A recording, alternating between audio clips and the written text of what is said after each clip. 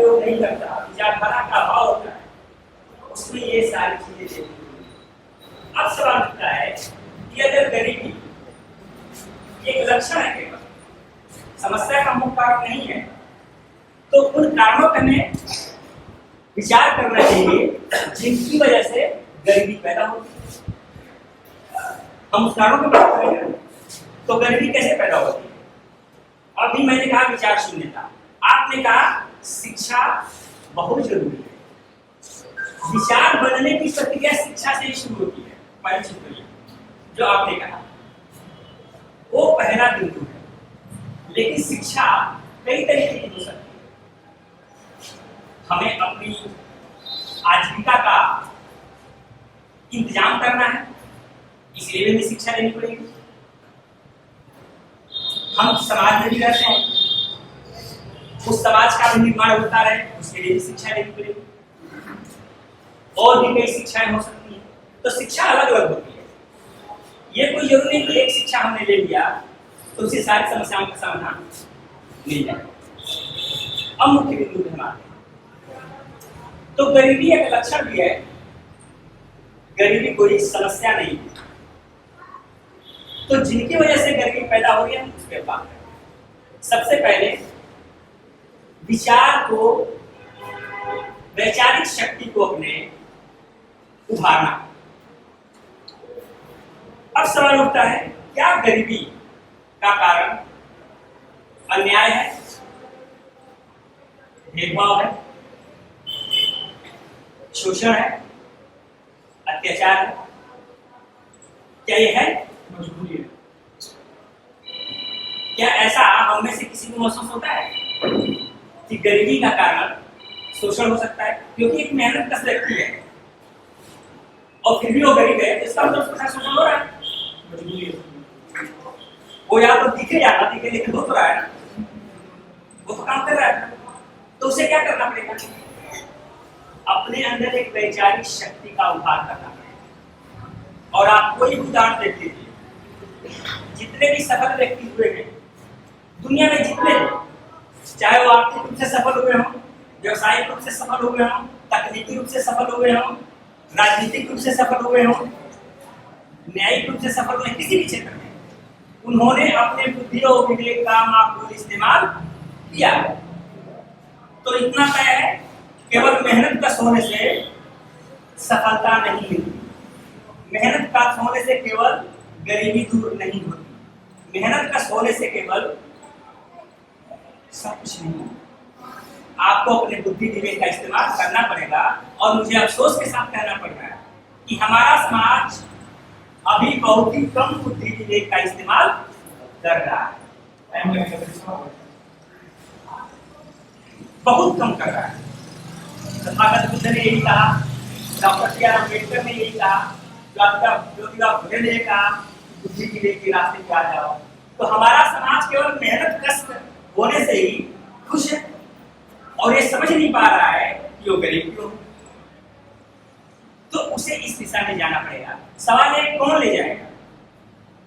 वो लोग ले जाएंगे जो थोड़ा बहुत समझते हैं। हम ले जाएंगे, आप ले जाएंगे, हमारे समाज के जो और जानकार लोग हैं वो ले जाएंगे। लेकिन वो क्यों ले जाएंगे? समाज को समझ क्यों देंगे? उन्हें क्यों देना चाहिए? ठीक है, अम्बेडकर को लगा कि देना चाहिए तो उन्हें दे दिया, बाकी क्यों देना चाहिए? उन्हें अंदर से महसूस हुआ ना कि हमें अपने समाज को ऊपर ले जाना है। लेकिन अगर हम में से किसी को यह महसूस नहीं होता कि समाज को ऊपर ले जाना चाहिए, तो हमें क्यों ले जाना चाहिए? तो सबसे पहली जरूरत क्या है कि हम समाज में जाएं। हमें यह महसूस होना चाहिए कि हमें समाज में जाना चाहिए। अब क्यों जाना चाहिए? पहला काम, जब हम अपने दरवाजे से बाहर निकलते हैं तो समाज शुरू होता है। दरवाजे के भीतर परिवार होता है। वो भी एक छोटा समाज है, लेकिन परिवार में सुना। क्या हमारा जीवन दहलीज के अंदर बीत जाएगा? किसी का भी जीवन की मैं बात कर रहा हूं। हमें घर से बाहर, चौखट से बाहर तो निकलना पड़ता है और उसके बाद समाज शुरू होता है। तो हम क्या चाहते हैं कि हमारा समाज कैसा होना चाहिए? जहां हमारे बच्चे हमारे आने वाली भावी पीढ़ियां अपना जीवन बिताने वाली हो, कैसा होना चाहिए? ऐसा कि दरवाजे से बाहर कोई निकले और उसको अपमानित किया जाए, उसके साथ अत्याचार हो, अराजक तत्व उस पर हमला करें, वो काम न कर पाए जहाँ काम करना चाहता है, अपने तरीके से स्वतंत्र हो रह ना पाए। हम ऐसा समाज चाहते हैं। और यदि ऐसा समाज नहीं चाहते हैं अपने बच्चों के लिए, भावी पीढ़ियों के लिए, तो हमें घर के बाहर जो समाज है उसके निर्माण में भी अपनी भूमिका सुनिश्चित करनी ही होगी। आज किसी के साथ भी लड़कियों के प्रति असुरक्षित महसूस करते हैं, वो नहीं करते हैं। आप देख लीजिए क्यों असुरक्षित महसूस करते हैं, अभी तो यही समाज। तो कहीं ना कहीं समाज निर्माण में हमारी भूमिका, और जैसे हम आज बैठे हैं इस तरीके की गतिविधियों में शामिल न होना हमें समाज से लगातार दूर कर रहा है, और हम समाज निर्माण में अपनी भूमिका सुनिश्चित नहीं कर पा रहे। और इस चीज से हमें डर और भय लगना चाहिए कि हम समाज निर्माण में अपनी भूमिका नहीं दे रहे हैं, जिस समाज में हमारी भावी पीढ़ियां रहने वाली है। तो ये हम सबके लिए जरूरी है कि उस समाज निर्माण में अपनी जरूरी सहभागिता सुनिश्चित करें।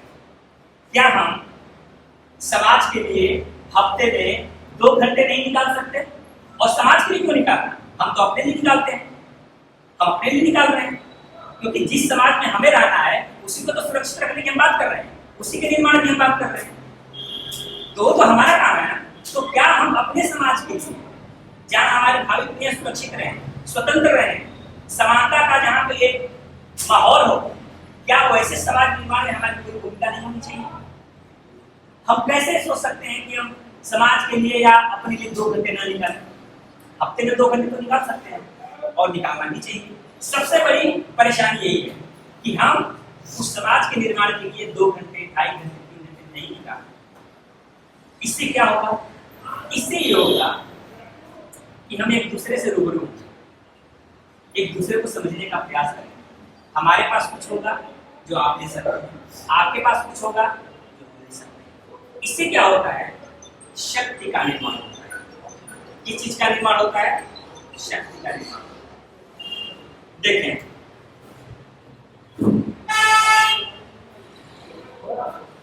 अगर बिना शक्ति का निर्माण किए कुछ हासिल नहीं हो सकता। पहली चीज तो ये। पहले आता हूं मैं निजी शक्ति पे। सबसे पहले तो हमें हमारी प्रतिभा को समझते हुए अपने निजी शक्ति का निर्माण करना चाहिए। उस व्यक्ति के साथ कभी न्याय नहीं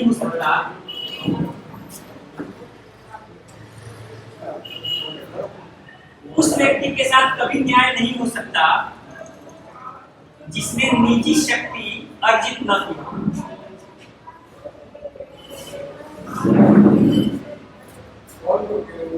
इसलिए निजी शक्ति का निर्माण करना सबसे पहले जरूरी है। लेकिन निजी शक्ति भी कभी कभी अपने प्रति होने वाले अन्याय और भेदभाव को रोक नहीं पाती है। जैसे डॉक्टर बी.आर. अम्बेडकर ने निजी शक्ति हासिल करी, लेकिन उनके द्वारा अर्जित अपनी निजी शक्ति उनके साथ होने वाले अन्याय और भेदभाव को रोक पाया। तो निजी शक्ति अर्जित करना जरूरी है, परंतु इसके साथ साथ सामाजिक शक्ति का भी अर्जन जरूरी है, सामाजिक शक्ति का भी निर्माण जरूरी है। आप उदाहरण देखिए, पूरे विश्व का उदाहरण देखिए। जिन समुदाय और समाज ने अपनी सामाजिक और सामूहिक शक्ति का निर्माण किया, उसके साथ अन्याय नहीं होता। मैं सिखों का उदाहरण ले लेता हूँ। सिख का एक बच्चा भी अगर कहीं है तो डरता नहीं है, क्योंकि उसे पता है कि अभी जो होना होगा भले हो जाए, लेकिन इसके बाद जो हमारी सामूहिक शक्ति होगी काम करेगी। उससे क्या होता है? उसके अंदर एक आत्मविश्वास आता है, यस मेरे पास मेरे लोग हैं। क्या ऐसा हमें महसूस होता है? क्यों होता है? कौन होता है? क्योंकि हम ऐसे नहीं बैठ रहे हैं लगातार। जब हम ऐसे बैठना शुरू कर देंगे, कोई जरूरी नहीं है कि समता संकल्प दिवस के नाम पे ही एक प्रोग्राम आयोजित करें और आप आए। आप ये तय कर लें कि हफ्ते में 2 घंटे छुट्टी के लिए हम सबको एक जगह इकट्ठा होना है और किसी मुद्दे पर चर्चा करना, संवाद करना है, विवाद नहीं, संवाद। सबको अपने विचार व्यक्त करने का मौका दिया, एक दूसरे को सुने, देखिए किस तरीके से मजबूती आती है। अगर आपके खिलाफ कुछ होगा तो 10 लोग अपने आप खड़े हो जाएंगे। ये वैसे ही है जैसे गांव में जब आग लगती है ना, तो पूरे गांव आस-पास पड़ोस के जो लोग हैं अपनी बाल्टी लेके, लोटे में हो, बाल्टी में हो, पानी लेके, क्योंकि उन्हें पता है कि अगर उसका घर नहीं बुझाया तो हमारे घर में भी बुझाने लगा। इसलिए सबसे पहले उसे घेर को बुझाते हैं।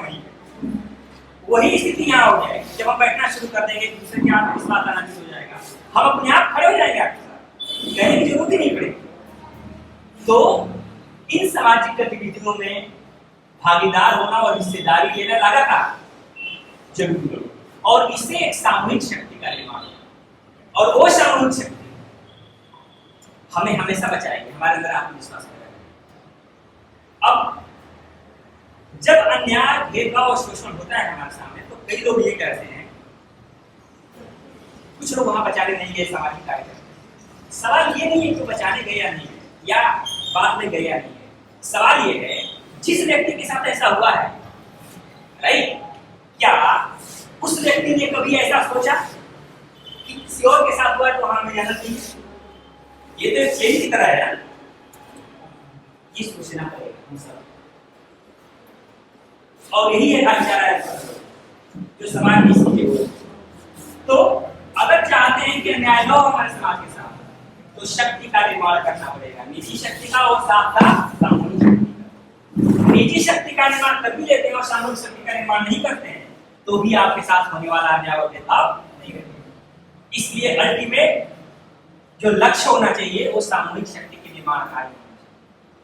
जिन समुदायों ने सामूहिक शक्ति का निर्माण किया है, उसके एक बच्चे को खरोच भी नहीं आता। आप उदाहरण देखिए। तो वो शक्ति का निर्माण जब हो जाएगा, तो हमारे अंदर अपने आप में साहस का एक संचार हो जाएगा। साहस, अभी हमारे अंदर साहस नहीं है, इसलिए अन्याय होता है।